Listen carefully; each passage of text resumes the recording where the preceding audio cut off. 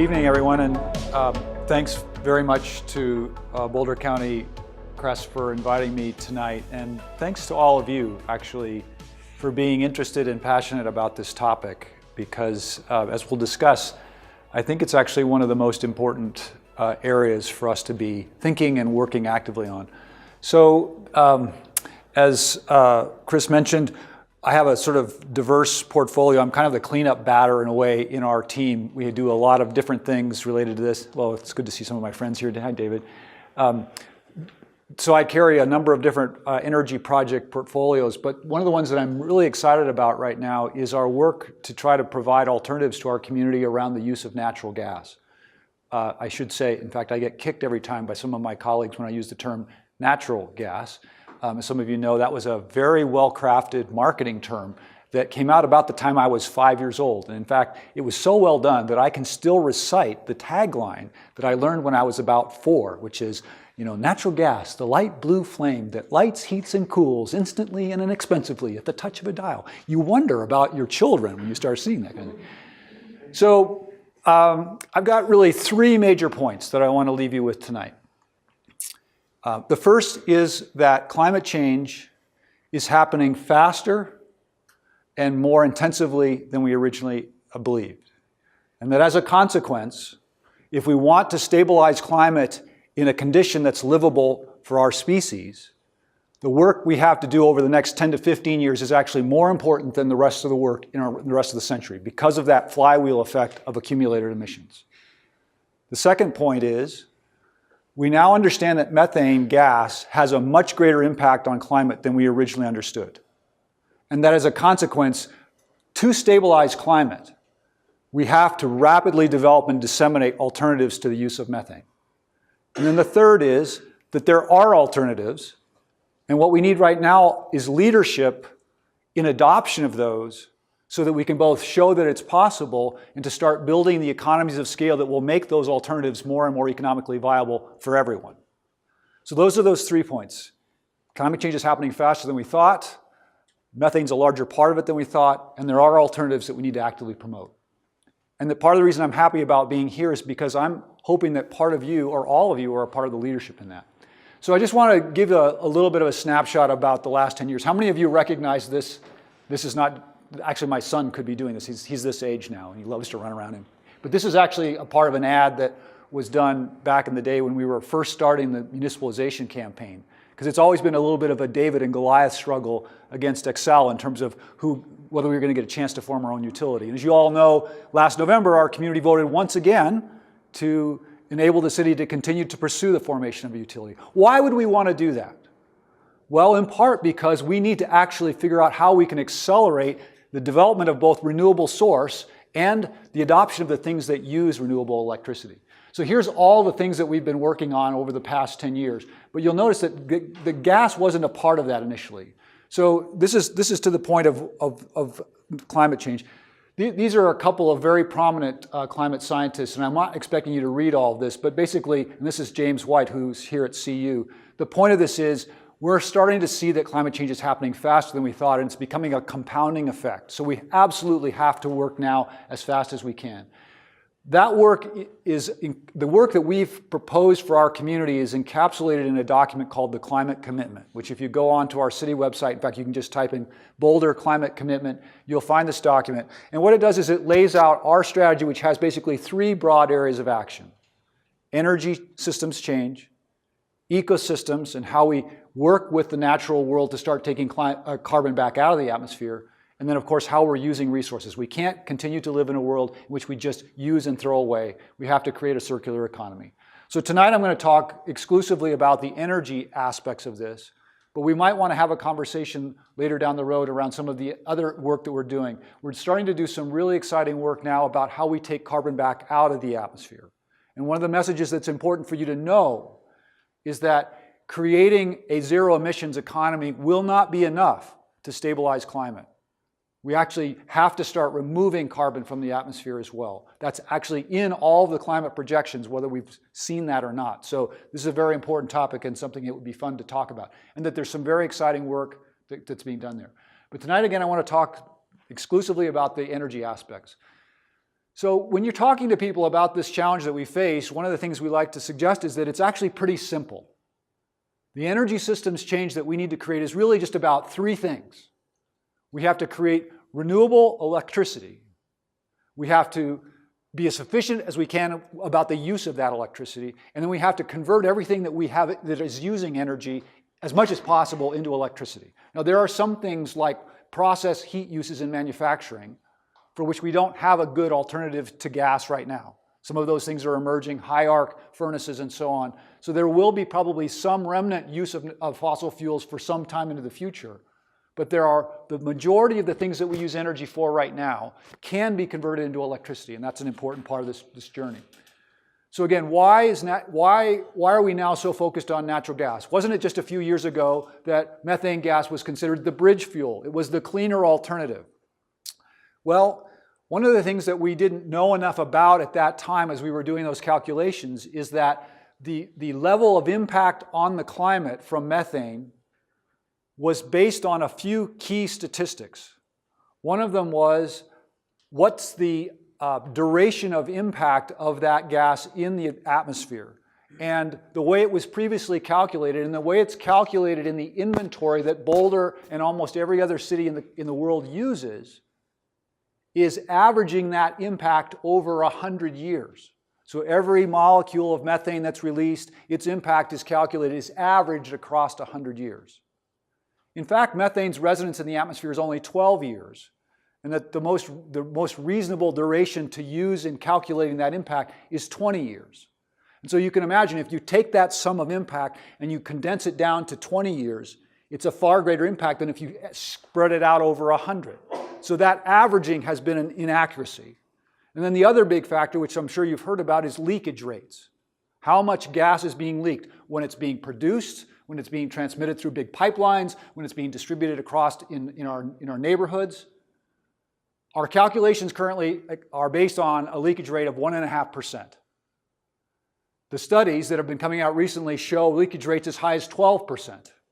And that a very good piece of work that was done by the city of San Francisco recently called Methane Math, which you can find on the web if you use that, basically takes those two factors, the duration of impact in the atmosphere and the correct leakage rate, which we think is now more like 4.5%, so 4 times what the original calculation was. What this adds up to, and the reason this is important, is basically methane gas is 80 times more damaging to the climate than CO2. And by that calculation, it actually may be true that methane gas is actually as damaging or more damaging than coal. Excuse me, I just read that methane is the main constituent of natural gas. So what else is in natural gas? It is primarily methane. Okay. I mean, so what we should be saying is when you have a methane furnace in your house. Right. You have a methane water heater in your house. That's the way we should talk about it. So the point is, it's 80 plus times more powerful. But forget for a moment, and actually this may be one of the last times that I mention climate in my conversation tonight. Let's just talk about our local considerations, our local environmental concerns, our household impacts. So a study just came back from Boulder County in which they were assessing the leakage rates and the health impacts of methane gas development in Boulder County. Talking about leakage rates, 65% of the wells that were drilled in Boulder County were found to have leakage. The health analysis suggests that people living within 500 feet, about 2 football fields distance from a well operation, are 8 times more likely to have a cancer in their lifetime than those around them. They've seen very similar effects in terms of low birth weights around pregnant women. There's just a rapidly growing sense that this is actually a very strong local issue. Is there a map of all the wells in the state? There is. And if you wouldn't mind, if you'll just hold the questions until the end, that'd be great. The last piece I want to just mention is that marketing that was done to us years ago that convinced us to start using methane gas in our houses didn't actually take into effect and didn't remind us that as our houses age and all those appliances age, they actually start to become more efficient, they start to leak, and there's actually substantial leakage inside homes, as well as the combustion byproducts that are taking place. So it's actually been found that there are significant health risks because of the burning of that gas in our house. So that's one of the reasons why in our climate action plan, we actually have an intention to help support our community to transition entirely or almost entirely off natural gas by 2050. So, but one of the things that we have acknowledged is that while the technologies exist, that we believe it's quite doable to get our households off natural gas to a very large extent by 2050, it's going to be more challenging in the commercial and industrial area. And that's an area where a number of you who are engineers, I hope, will spend a fair amount of time helping to develop those kinds of innovations. So I'm not going to try to show you this video tonight because of the sound linkages, but I would just note that we have some great videos of people who've made this journey, one of them happens to be sitting in the back. So David Takahashi, in the red in the back. This video is actually a profile of David and the journey that he took in his own household to find ways to take his household off of methane gas. So let's talk about the technology. What is a heat pump? A heat pump, so the technology that we're promoting or suggesting for how we would transition homes off the use of methane gas, especially in heating and cooling, is a heat pump. Now there are two types of heat pumps. There are heat pumps that use the latent heat of the earth, so ground source heat pumps, and there are heat pumps that use the latent heat of air source heat pumps. If you had the money, and in some situations it actually pencils out very well, ground source heat pumps are fantastic technology. But it's quite expensive because you have to drill wells or you have to lay lines in a significant area. And in the last few years, huge improvements have occurred in air source heat pumps. It's kind of a wild thing, but if you think about it, you'll start to realize that you're familiar with this because almost all of you live in, well, in fact, I would argue probably all of you live in structures that has an operating heat pump right now. Do you know what that is? Your refrigerator. Refrigerator, right? That's basically, you ever wonder how this box in your house is creating ice when it's room temperature? It's kind of a miracle in a certain kind of way. Well, no, it's a heat pump. And so I am not an engineer, and so I am not going to butcher the explanation of compression and all the things that go into a heat pump. But I will say that basically what it can do is it can take heat out of air and transfer it into a location, or it can take heat out of that location and send it outside. And so one of the great things about a heat pump is it can heat or cool. So one of the little pieces of news for you to use if you want when you're talking to people about the changes that are going to take place in our environment. I'm not going to even use the term climate change. I'm just going to say the changes that are taking place in our environment. From up to about 2000, Boulder had on average 5 days of the summer over 95 degrees. My wife's a native, and she's like, I hear her all the time say, it didn't used to get so hot here. And actually that is true. On average, we're 2 degrees warmer now than we were historically. But the more important thing, and averages are not what gets you in climate change, it's actually about extremes. So the number of days over 95 up to the year 2000 in Boulder was 4 to 5. That has already doubled. We now have 8 to 9 days over 95 on average. The trajectory that we're on says that will double again in the next 10 years, and that by mid-century, Boulder will face something like 30 to 40 days over 95. Now, I have a 12-month-old child.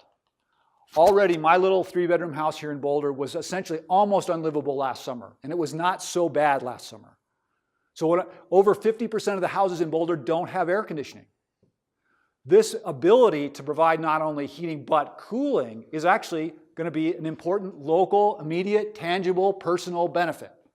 And frankly, folks, that's what we probably have to sell folks on in terms of the actions that we need to take. Because when it comes down to it, are you going to spend an extra $2,000 or $3,000 to save the climate? Or are you going to do that because it actually will keep your household more comfortable and ultimately be a safer and healthier environment? So again, a heat pump can be used for either of these. So what does it look? Some of you probably have seen this. In fact, once you know what you're looking for, you'll notice that you see them a lot more than you think. It's an outdoor compressor unit. This is the unit that actually does this kind of exchange process that then runs 2 refrigerant lines into, well, there are 2 types. This is called a ductless mini split. So that unit will be placed on a wall somewhere in a room, or you can actually have ceiling cassettes, or they actually have wall-mounted units. This is a sort of zone approach. or they do make central furnace systems as well. But this is the kind of classic system for a heat pump. They also make hot water heat pumps. And there are actually some great new systems out there. In fact, Rheem makes a system that's about to be carried by Home Depot. And then we're working with them to get a display put together for Home Depot. I hope in the next month that'll be up. Lowe's sells an A.O. Smith unit that's going to be online. In fact, now Xcel just came out with $450 instant rebates for both this, the Rheem unit and the A.O. Smith unit that you can get either at Lowe's or Home Depot. So anyway, you can do both your heating and cooling and your water heating.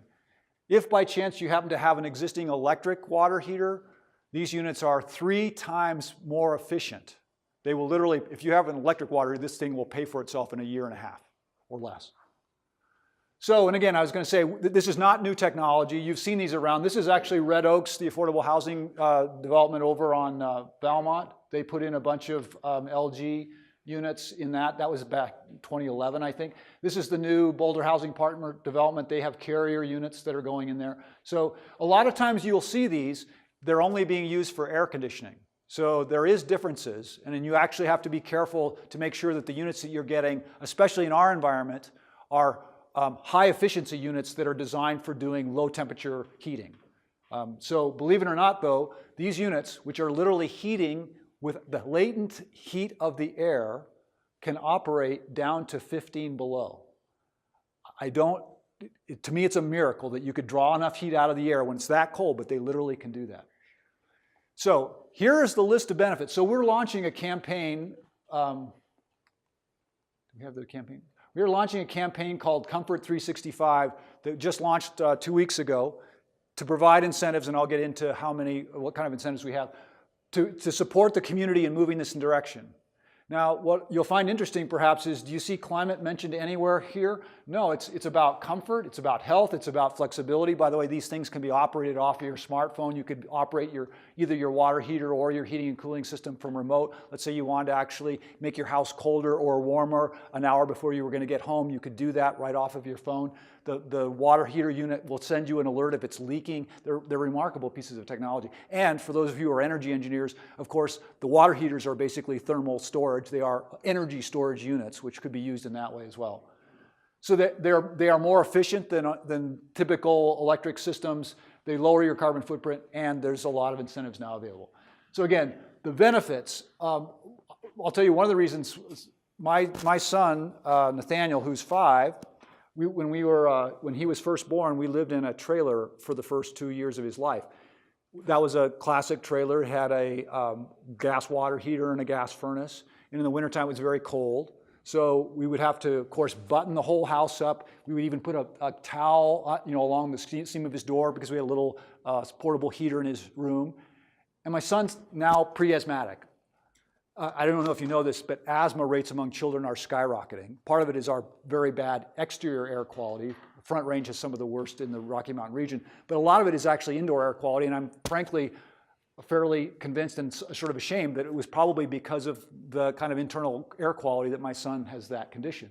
So it really is an issue, especially for the people who are most vulnerable, kids and elders. And speaking of that, one of the things about these heat pumps is that they come with onboard air filtration. How many of you have lived in Boulder during a forest fire? Remember how terrible the air quality can get here? So not only will this unit provide cooling, but it actually can provide some indoor air quality improvements, which, believe me, when we hit the next fire cycle, which is coming, people will really appreciate this.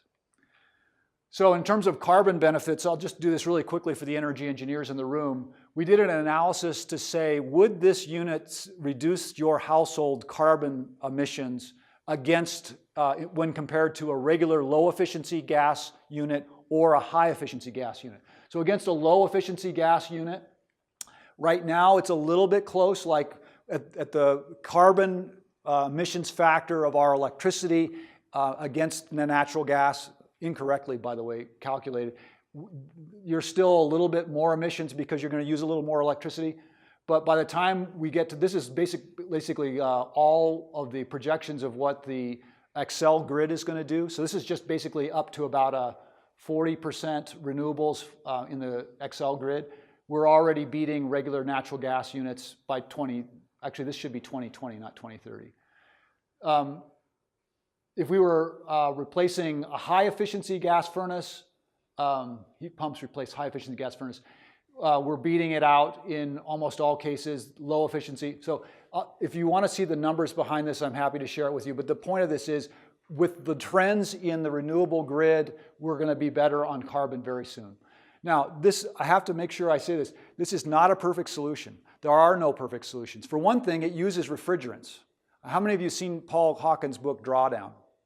So what's the number one thing in Drawdown? Refrigerants, right?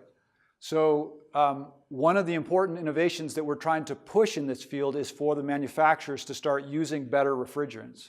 So Boulder's actually partnered with 20 other cities across the country and most of the major heat pump manufacturers to say, we're going to build market for you, but we need you to build products that actually are good in the long run. The units that Dave put into his house are done by a Japanese company named Sanden, who's using CO2 as their refrigerant. So that's actually a fantastic step forward. We hope to see a lot more going that way. So, but again, it's not perfect. It's still evolving. There's still more work to be done. So what does this look like in the context of Boulder? Well, in Boulder, about 35,000, let's see, so we have hydronics, 3,000, these are basically gas units and gas units. So we're at almost 40,000 of our 40,000 homes. There's maybe we think there's about 600 to 800 heat pumps in use now. So we've got a little bit of room for improvement. This is how we calculated that amount that we have now. So this is the campaign we've just launched. This spring, the focus is a lot about cooling because a lot of houses don't have cooling. But once that unit is in the house, it actually has the opportunity to be a part of the heating system. And then that's what it starts to create that opportunity for displacing the existing gas use without having to replace it. So this is an important distinction to make. If we were trying to say to everybody, go out right now and replace your entire gas furnace with heat pumps, in most cases it could be done, but in many cases it would be prohibitively expensive. Like in my house, I got a quote for a full replacement. It was actually $12,000. That was a non-starter with my wife, believe me. I actually think that putting one central ductless or one ductless mini split in my house will actually displace the majority of my heat need and will provide all of my cooling need. So I maybe have knocked my heating loads down by 70%. That works out well. I can figure out how to do that next configuration so I can incrementally move my way off of my natural gas use. So we're really focusing on a displacement campaign right now as opposed to a replacement campaign. So then we'll do this again in the winter time where we change the focus to a kind of heating focus. So for those of you who are interested, by the way, I have flyers here. This is a program that we're doing in partnership with our county Energy Smart program. So one of the great things about this is you actually can get a personalized energy advisor to walk you through this process, help you connect to the contractors that are doing this work, help you connect to the various incentives that are available, and basically decide whether this is a good program or not for you. So let me talk a little bit about the incentives that we're putting on the table. So this is City of Boulder. We also are working with Boulder County that's providing incentives. Xcel is providing incentives, and then Mitsubishi, the manufacturer, is launching a parallel initiative in which they're putting some rebates on the table as well. So how does it stack up? So in terms of the city, for the heat pump, the heating and cooling unit, we are providing an incentive up to $350. The county is about $300, up to $300. Xcel has a $300 incentive, and Mitsubishi has a $300 incentive. So right there on the heating and cooling unit, you might have a total incentive package of over $1,000. The deals are actually especially good right now on the water heaters, partly because Xcel is putting so much on the table for those. So that, again, is close to $900. A water heater, I don't know what they're going to run at Home Depot, but my guess is that that's, do you know? I was just going to make a comment on an Xcel rebate for water heaters. You put in a heat pump water heater. They don't tell you. They'll give you the rebate if it's a 50-gallon tank, but not an 80-gallon. Yeah, that's true. That's a good point. That's a good point. And we've been. It makes me wonder about the rest of these rebates, about what kind of vouchers are. Xcel does not publicize that. Yeah, so we've been very clear about what the standards for our rebates are, but the advisors through Energy Smart, I hope will, and I'm glad you reminded me of that, that is an issue. And we've been asking Xcel to reconsider that, but that's a good point. Yeah, so there is, there is a size limit right now around what hot water heater they're supporting. So just what would it look like to be successful in this? So this is sort of a compilation of adoption curves for other disruptive technologies. And the point I want you to see in this is just that it goes slow initially when you're seeing a disruptive technology take over. Like you'll hear, well, they're not making much progress, you're not seeing much sales, until you hit some kind of critical mass when your early adopter wave starts to influence the rest of the market, and then it really takes off. So the blue line is what it looked like for cell phones, the yellow line is solar, this is the electric vehicle curve right now. So this is the kind of curve that we're trying to create. These are actually our adoption targets for the City of Boulder. So for 2018, we're looking at hopefully somewhere around 100 to 120 water heaters and about 60 of the heating and cooling units. So that, and what's important to note about this though is to get to the place where we start to replace anything that's starting to age out. So the good news around this is that everybody's water heater and hot water and furnace is going to die. It's like, that's good. That's good, right? It's good news. Because hopefully they'll all get replaced with something else. The point is we need to actually get it to the point that it's the thing that everybody wants to replace with. And for us to hit our goal, we have to be at the point where that's happening by 2030. So that by 2030, we need to be making such a compelling value proposition to people that that's the choice that they want and that that's what the people have on the truck. Because I'll tell you also one thing right now. Think about your water heater. When do you change your water heater? It's not because you have some preventative maintenance schedule in your back pocket and say, oh, when would I want it? Oh, honey, did I tell you that a year from now we're going to change your water? No. You're going to change it probably in November, December, or January because it's going to go out right before all your relatives show up for a major event. Or if it's your furnace, it's going to be the middle of the night on the coldest night of winter. And you know what you're going to do? You're going to call up some HVAC unit and say, get over here right away and put something else in. And I will guarantee you that right now, it's not going to be a heat pump that they have on the truck. So one of the things that we're doing a lot of right now is to work with those industries to try to find ways to have them be ready with this technology. In fact, tomorrow I'm going to 2 plumbing distributors to help give presentations to plumbers about why they should be promoting these technologies.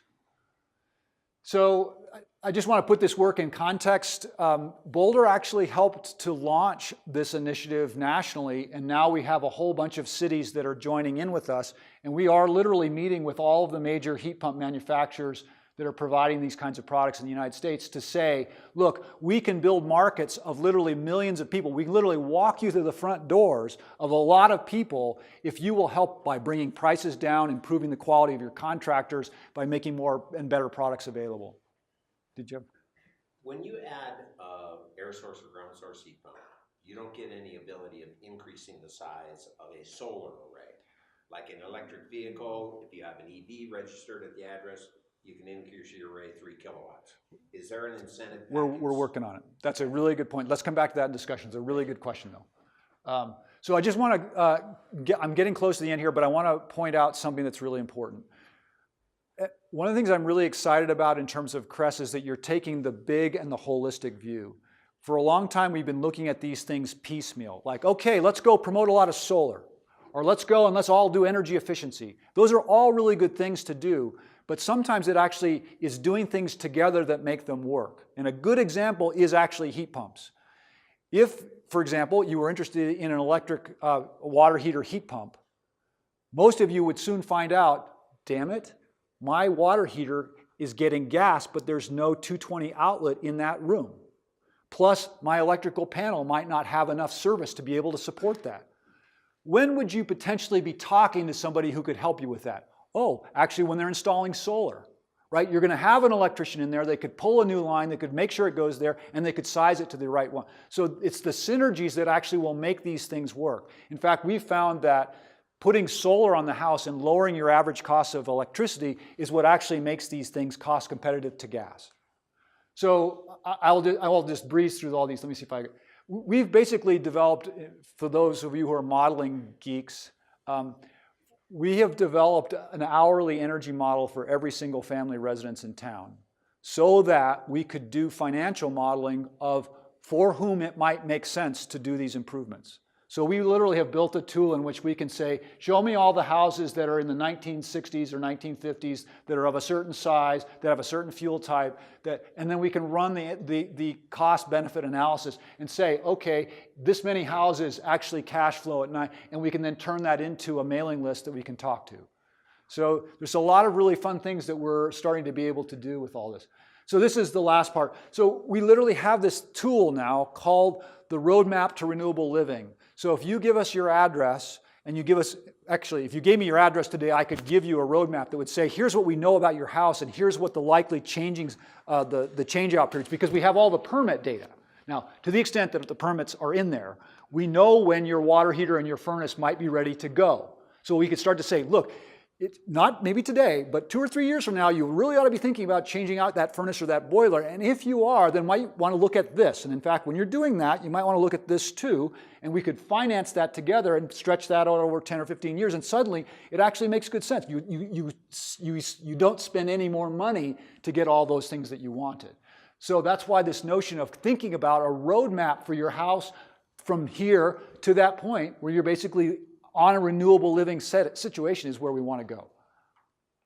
So for those of you who really want to be on the leading edge with us too, we're actually launching an initiative to do some actual monitoring in houses. We're putting air quality monitors in and doing health assessments with those households and hoping that a number of those households are actually going to make this journey of putting in these electric heat pumps so that we can see if there is a difference in the air quality inside and whether that has a corresponding health effect. And then we're also putting in our energy monitors in those houses so that we can look at the behavior of these things on an hourly basis. So I'm going to close with this. If we want a system to change, and this, you could talk about this in terms of energy, but basically any system, I would say you need 5 things. First of all, you need to have awareness that we need to change. We've been running around for 15 years sort of berating people to say, don't you know about climate change? We've got to do something about it. And so we've been thinking that if you just had the awareness that that would be enough. Well, we actually need to have compelling alternatives for them too. But then it's actually not even enough to have a compelling alternative. Like I might say to you, you know, a heat pump is fantastic. You say, great, it sounds nice, but how do I adopt it? Like, I don't know how to do that, and where would I go, and who do I talk to, and how would it go? And so you need adoption support for that. Now, even if you have all 3 of these things, you still might not get the change because it's still too easy to do the thing you've always done. That's where policy comes in. That's why we're doing some things that start to make it a little bit harder to do the things that have always been done. But finally, and this is where you can come in, you still have to have all these things and look around and notice that all the people that you respect are doing that new thing. So how do you do that? You have events like this, you talk about these things, you actually post things on your Facebook about that new step that you took, you do videos of other people, you start to make it so that everywhere you turn you notice that everybody else is doing this. So, gosh, I guess I might as well do it too. So these are just some of the things. So raising awareness, developing options and support. So this is, by the way, adoption support. This is what we've spent 10 years doing. The energy advisors in the Energy Smart program are this adoption support. Our new energy codes, which are going to require that all new houses and all major remodels have to be net zero by 2030, are a part of this friction. But finally, we're not very good at the city and in public institutions in general in helping to shape norms. That's going to be stuff that we need you guys to help with. So if it's not here, then where? If it's not us, then who? If it's not now, when? Right? So I hope that you'll be at least interested in this topic after this presentation. And if you're really interested, get a flyer, talk to me or others afterwards, and keep doing this great work of showing up and making this happen. So thanks a lot. So comments, questions, go ahead. A little bit more information on the solar tie-in. Yeah. The increase the size of the system, you know your electricity use with the Right. heat pump is going to go up 30–40% Yeah. minimum. Yeah. Okay? So to achieve the same comfort that you're trying to deliver for your family. And if you put solar and a heat pump on at the same time, you can't really size your solar system appropriately. So there needs to be action, just like the EV. 3,000 kilowatts on additional solar, 250 kilowatt hours a month equates 3K. When you put solar and the heat pump and change the electricity to make it work, you're maximizing your tax credit depending on how you write the contract up and how you do it. The company that I work for right now does that, where it bundles the whole thing together, and you really can add a couple of $1,000s worth of tax credits if you're a company that does the whole Yeah. gamut, because of the way you can write the contract. So I'm very curious to see if they're allowing or there's motions in place to increase the size of a solar array when you put a heat pump and PV at the same time. Yeah, so we've started that conversation with Excel. Like we asked That them, went over well. well, believe it or not, Excel actually has a whole new unit based out of Minneapolis on electrification. They've staffed a team that's supposed to be looking at electrification. This is an interesting step for a utility that actually provides gas. But that unit has told me, look, we know internally that gas is ultimately going away. They actually make bigger margins on electricity anyway. The only thing that they make money on with gas is building more infrastructure, which we don't want them to do, right? So they know this is where that's going. But this is actually a role for CRES, and it's a role for COSI, and it's a role for others. We need you to be advocating to the Public Utilities Commission to start pushing Excel to actually create these allowances for those systems. Because right now what's going to have to happen, and we just, I don't know, some of you might have seen, we did a Facebook Live event at a house here in Boulder, and this is a guy who basically put in his heat pumps. Well, actually what he did is he put in electric baseboard heaters, and he ran them like for 24 hours a day for 2 months so that he could jack his bill up, so then he could go, and isn't that crazy? And then he would go, right, and get, now he had a higher amount of electricity use and he could get a larger solar unit. So, crazy, right? Right, but what I'm saying is we need to advocate on this. And it's one of those things, again, where we haven't thought about these things together. We keep thinking about them separately. We did start to get, oh, electric vehicles and solar, I get that. Now we need to go to the next step. Yeah. Thank you. Yeah. For future questions, can you make sure to repeat the question? Sure. Capture that on audio. Yeah, you bet.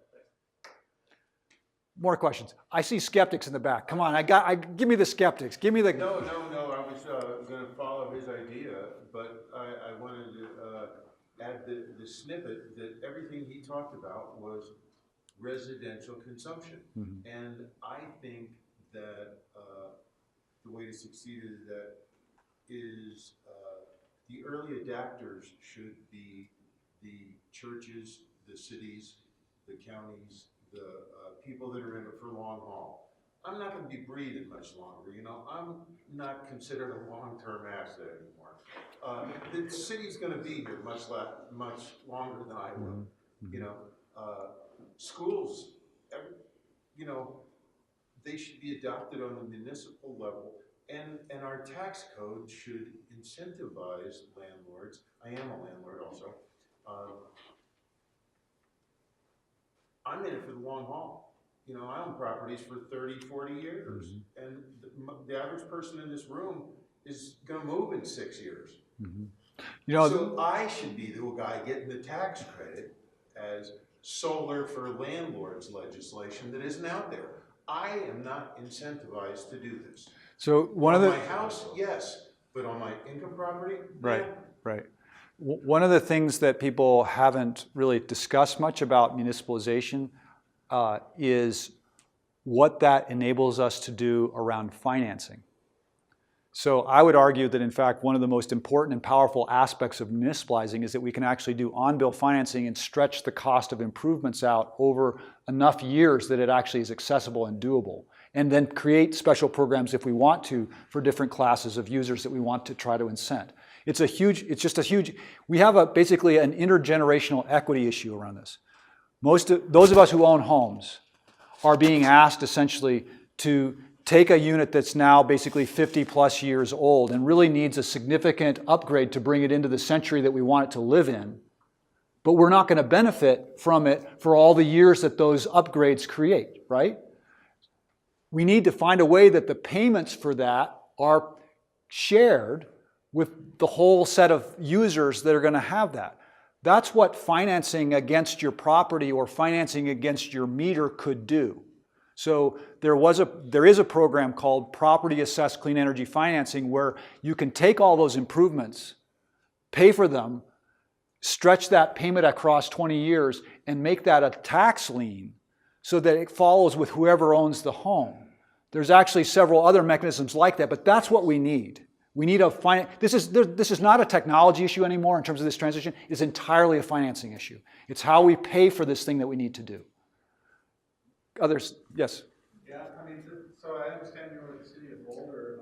I live in Superior, and I'm just curious, surrounding town and cities doing this kind of same type of programs that Boulder has, and also to what extent do they share best practices? Right. Yeah. Thank you. So the city often, my colleagues in the county are sometimes a little anxious when they see us coming because we're like, hey, we've got a new idea for you.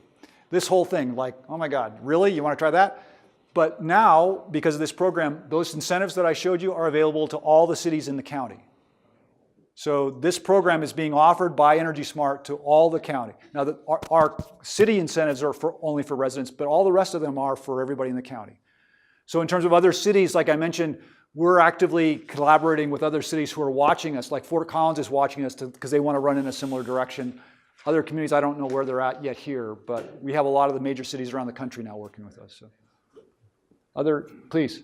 What is the, in this area, what is the average coefficient of performance of the air source heat pump? Wow, I knew I should be more prepared. I'm not the engineer in the crowd. Let me see if I can go back to the ones that are installed now, or the ones that we're actually incenting. Well, the latest and greatest models are here. So here's the efficiency levels. We're going to incent the over 10 EER, over 18 COP units on the performance.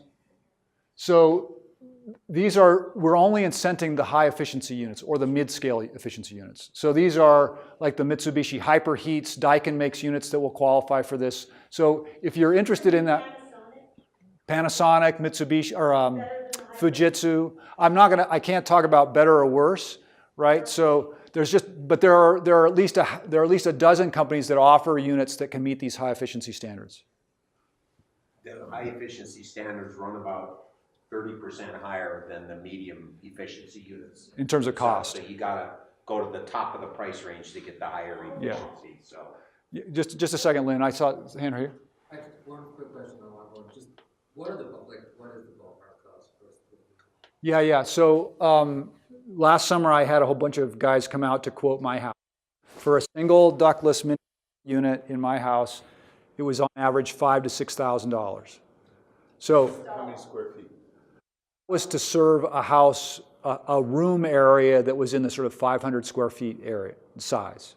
So they make units that could serve a little 120 square foot unit, or I mean they get quite big. So you could serve a whole 1,000 square foot room if it was one room. The thing that's really brilliant about these things though is they literally have infrared eyes on them. And they're super quiet, but that eye will be tracking where the cold or hot spots are in rooms, and it will shift the fans to direct the heating or cooling to those. They can even, this is kind of creepy, but they can even be set up to track people. So you want it to sort of track the person in the room, you sit down.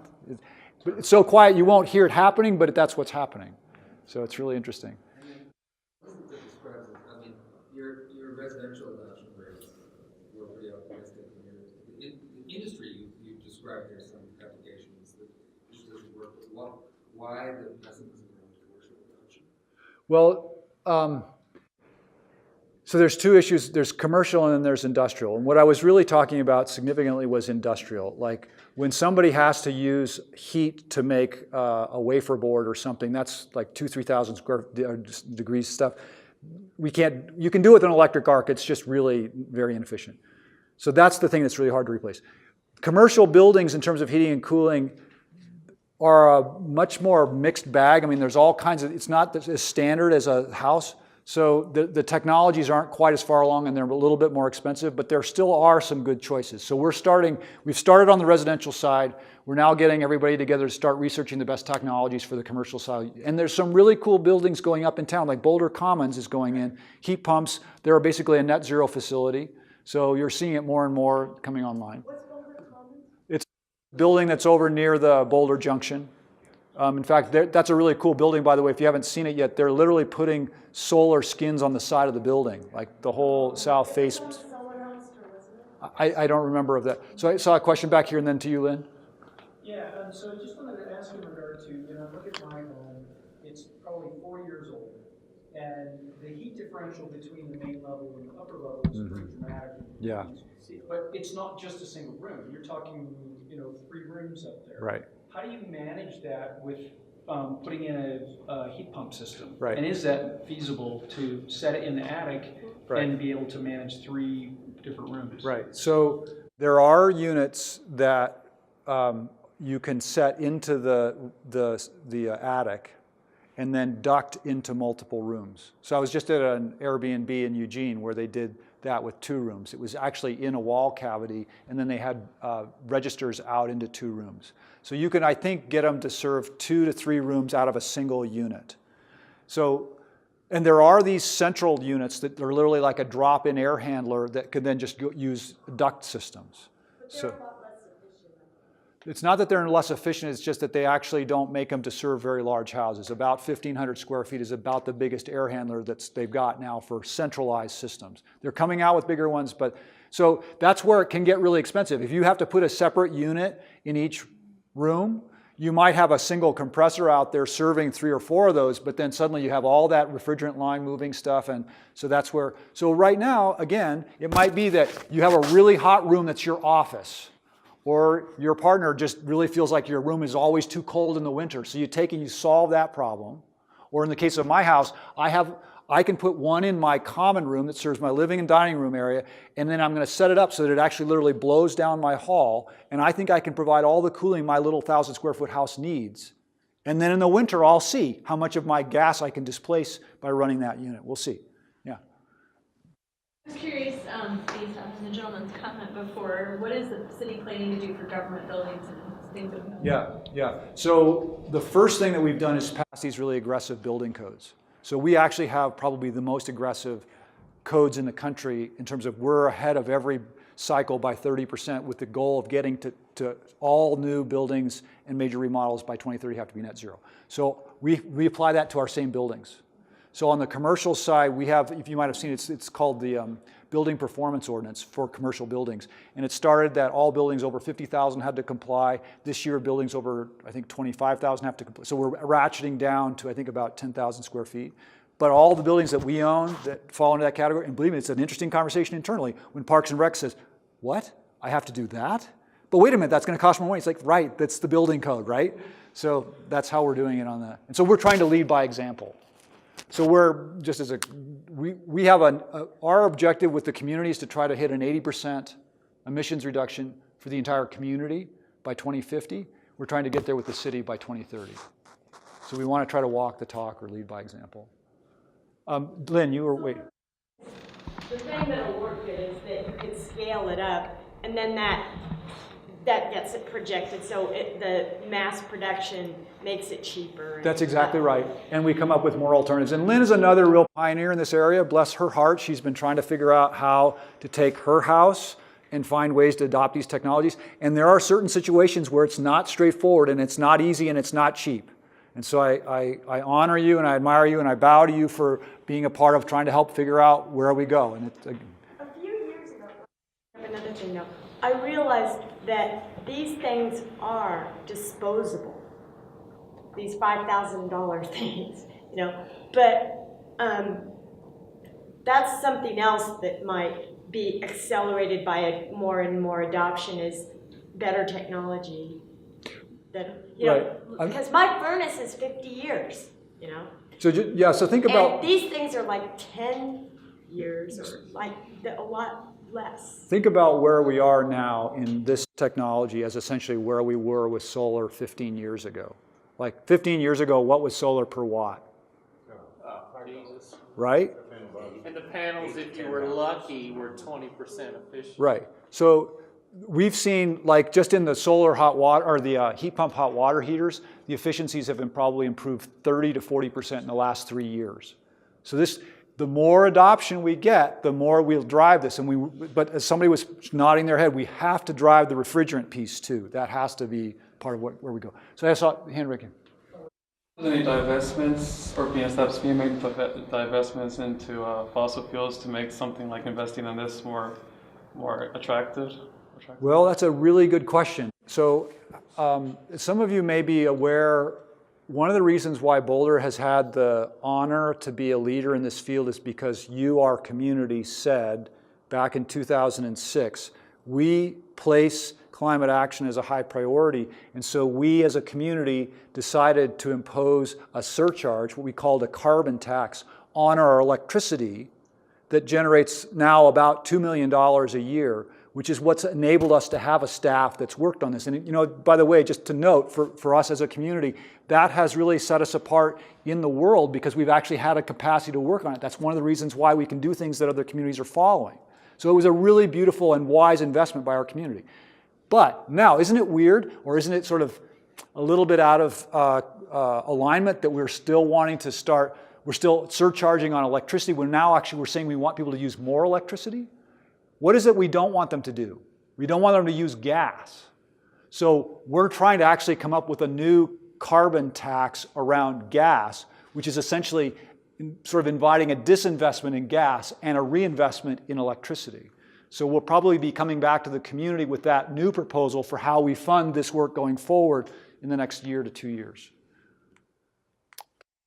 So how about the refrigerants and the carbon footprint at the moment with the current technology? Because some of these refrigerants, you talk about methane being 80 times the global warming potential of carbon. Some of these refrigerants are hundreds and thousands of times more potent than carbon in the atmosphere. So how does it pencil out now if you were to get a current model with current technology, knowing it's going to leak somewhat? I honestly cannot answer that question. We're working on that, but I don't think that that's been done. And part of it is that every manufacturer is using, or not everyone, but there are different types across the different manufacturers.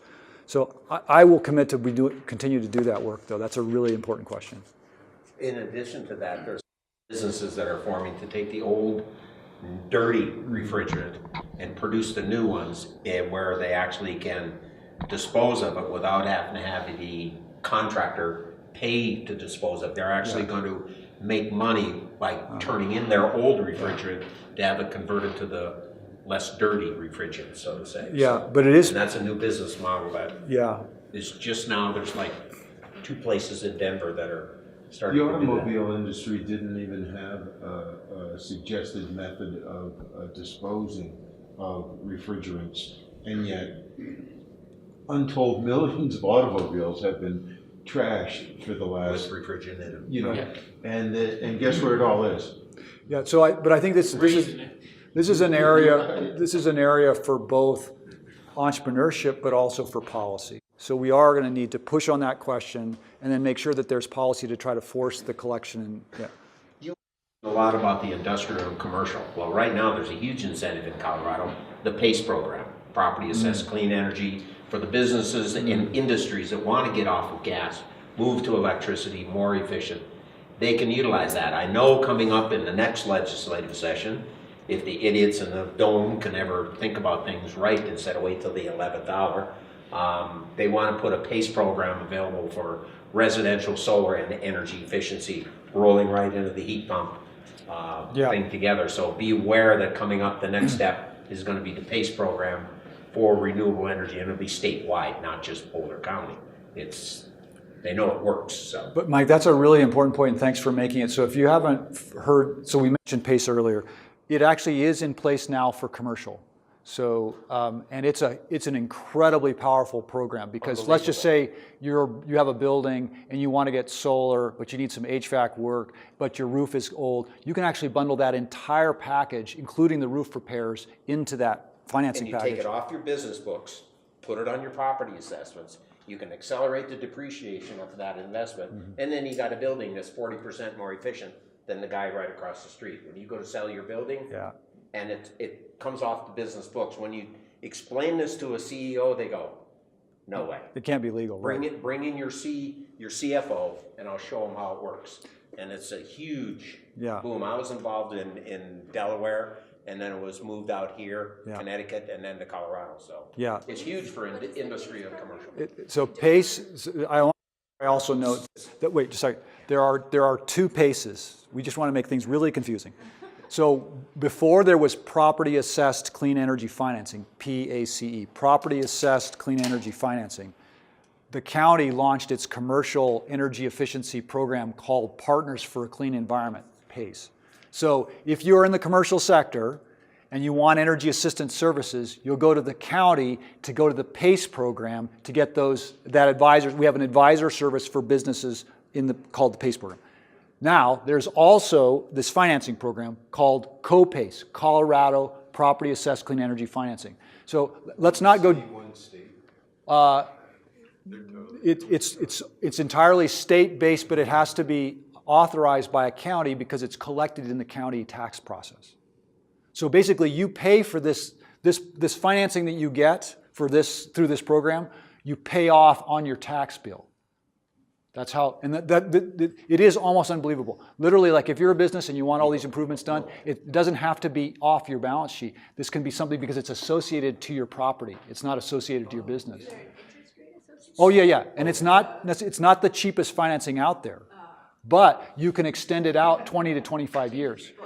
And it's on your property tax that comes off your book, so you're not even on it, it's all on your property taxes. Yeah. So COPACE, Google it, and there's all kinds of. Yeah. So let's not go too far down in this rabbit hole, but if you're in that commercial, and you're right, it's looking like it might come forward again for residential. We actually had it for residential for a while, and then Fannie Mae and Freddie Mac basically killed it because they didn't want to take second position on these loans.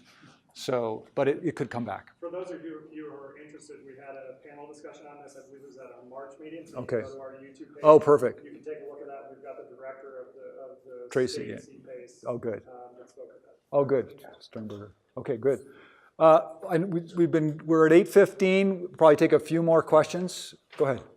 Have you done your carbon emissions and methane leakage calculations for both? I understand if we municipalize or the power purchase agreements become 100% electric from renewables, but if Boulder is still tied to Excel, 40% coal, 20% gas, and you're saying use more electricity at that type of emissions. Yeah. Is that entered into the calculations? Is there two pathways? Yeah, so I realized that it was a little bit complicated. I did show a slide, and I can show you the statistics, but basically with what Excel has projected out to be its carbon emissions mix, and it's actually conservative to what I think they're going to do, we're within a couple of years of, on the current grid, being better than gas if you have a sort of standard efficiency gas appliance. If you have a high efficiency gas appliance, it's going to take a little bit longer, but we'll still be there by 2025 or 2030. So, but if you have solar on your house, of course, it's a no-brainer. It's like, it's already done. Yeah. And by the way, if you're going to go to heat pumps, I would strongly recommend looking at solar because that's what makes it completely pencil. And then, but it is possible that you might want to look at, I hate to say this, but whether or not you can find our PACE program, because there are some financing programs that are coming out now that can extend that out, so you could finance both your solar and the heat pump together for say 10 or 15 years. Yeah, you can finance it right now with solar loans up to 20 years. Right. At about a 4.99 rate. Yeah, so that's pretty darn good. Penciling out for 20 years. Yeah, go ahead. A lot of your data goes out to 2050, so the rates of adoption have you guys calculated, is that really enough to actually do enough to make a big enough impact? Yeah, so what we've shown ourselves is that by 2030, every unit that's dying needs to be replaced with a heat pump, and that if we did that, we would hit our mark by 2050. For climate improvement. For our emissions reduction for our gas. And is that soon enough to actually make Oh. a big enough impact in the climate? Well, after the Arctic data today, that No. doesn't look very good. So like I said, I know we have to do as much as we can.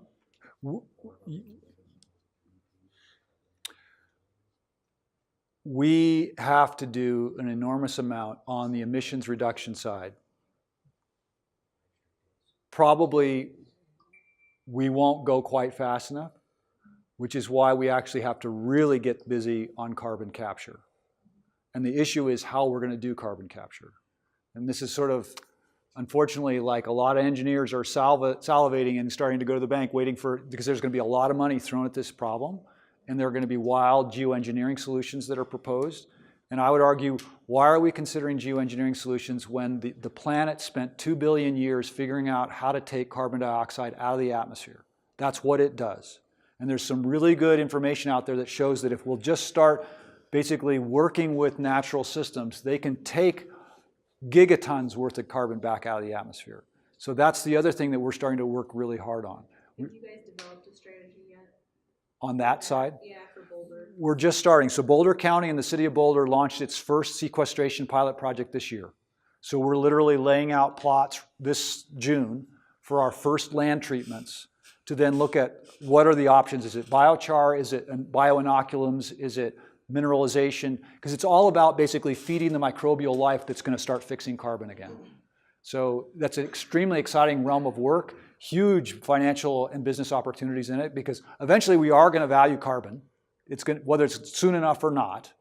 And when people who have figured some of these things out are there, can do a verifiable job about it, it'll be a lot, be a lot of money to be made.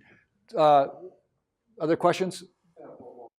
Well, for me, when you do extract CO2 out of the air, where the places can it go? I heard it can maybe go into agriculture and maybe the soil and some other fuels. Or yes. So I think in the work we're doing, we're looking at doing a couple of different things. One is soils can sequester a huge amount. So, and the good news is we work with soils to sequester carbon. The other byproduct is that they produce a lot more green vegetation. So if we produced a lot of green vegetation that we could then put into a sequestered product, like let's just say we were growing hemp that we then turned into a biocarbon fiber that we were building with, then you would actually have built soil in the carbon, and you would have taken everything from your above ground product and sequestered that too.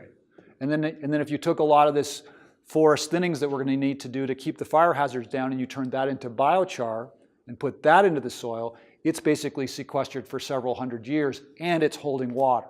So there's all these things that we need to do to actually enhance the biology to be able to prepare for climate change that actually turn out to be things that will help us a lot here locally. So, and that's a whole other conversation which I look forward to having. So anybody left who didn't ask a question that you want to grill me before I go? Thank you so much. I really appreciate your time tonight.